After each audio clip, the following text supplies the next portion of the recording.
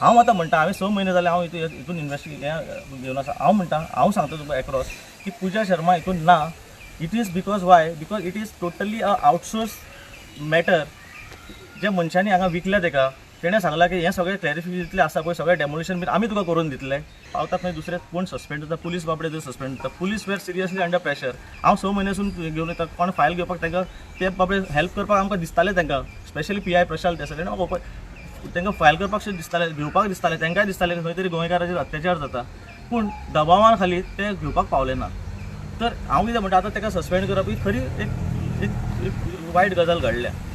तर हें सगळें अशें जावचें न्हू ते रायट डायरेक्शनान जे इन्वेस्टिगेशन वयचें अशें म्हणून आमी एक अटेम्प्ट केल्लो. सो हे अटेम्प्टा फाटल्यान आमकां इतलें हें जालें की तुमी 6 कोटी खाल्ले काय तुमी इतले कोटी खाल्ले काय तुमी पयशे घेतले काय पुजा शर्मा अशें म्हणून आमकां आतां नाकाच जाल्लें हें सगळें.